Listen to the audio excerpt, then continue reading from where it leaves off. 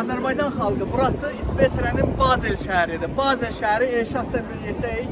Bilirsiniz ki, Eurovizyon mahnı müsahibəsi İsveçrədə bu şəhərdə olacaq, Basel şəhərində. Bura Elşadla gəlməyimiz təsadüfi deyil ha. Biz elə belə gəlməmişik. Bura planlarımız var bizim, planlarımız. Yaşasın Azərbaycan. Yaşasın. Bəli. Azərbaycanı layiqli şəkildə burada Təmsil eləyəcək. Təmsil eləyəcək. Necə? Elşad o köynək, plakatlar.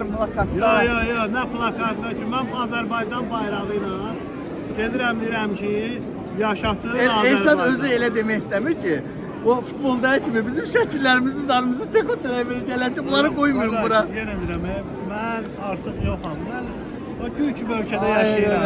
Yaxşı, sən də mən gül kimi ölkədə yaşayıram. İstəmir də planlar demək. Malidədən çıxdım. Bir qara qəpik həkimə pul vermədim. Səhiyyə pulsuz, dərmanlar pulsuz. Gül kimi yaşayıram. Baba, turistlər hər yerdə. Bu Elşada nə oldu belə? Burası cənnətdir, cənnət. Həyatımı yaşayıram. Hakimiyyətdən də bir dənə tələbim var. Mənim haqlarımı bərpa eləyin. Elə ona görə o haqları tələb eləmək üçün plakat, forma, diktator. İndi Elşad mən yox. Mən qara deyirəm. Elşad indi öz ətraflı demək istəmir. Çünki o keçən əvvəl bizim o Qarabağda oyunda şəkillərimizi şeylərlər. Mən yox.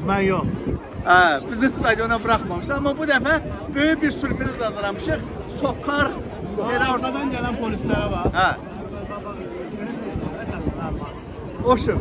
Böyük bir sürprizlərimiz var. Basel şəhərində dostlar. Bomba şeylər olacaq. Azərbaycan hakimiyyəti. Bomba şeylər olacaq. Vallahi mən bu şeylərə qarışmıram. Mən 50 yaşım var. Yenə deyirəm. Siz bunun ciddi, siz zarafata. Mən bu temalarda yoxam. Mən varam qaqaş. Mən Elşad üçün, sən üçün buna da deyirəm ki, mən Elşad üçün meydandayam. Mən Elşadın haqqını qaqaş alana qədər mən özüm alacağam. Eurovizyonda Azərbaycan Sokar adı bütün turistlər Sokarı tanıyacaq. Başa düşün. Çox şey danışmaq istəmirəm. Çox şey sürprizlər olaraq qalsın. İndi Elşad özü belə deyir. Bayaq danışmışıq ətraflı planlarımızı. Vallahi yalan deyir. Turist. Mənlə heç nə danışmıydı. Oşum var belə dostlar. Vallahi yalan deyir. Görürsünüz bu turistlər Bazeldə Sokarı tanıyacaq, İlham Əliyev ailəsini tanıyacaq, Azərbaycan hakimiyyəti İlham Əliyev rejimini tanıyacaq. Mən bu temada yoxam. Varsan qardaş. Vallahi yoxam. İndi öz elə, deyil mi? Hə, yaxşı.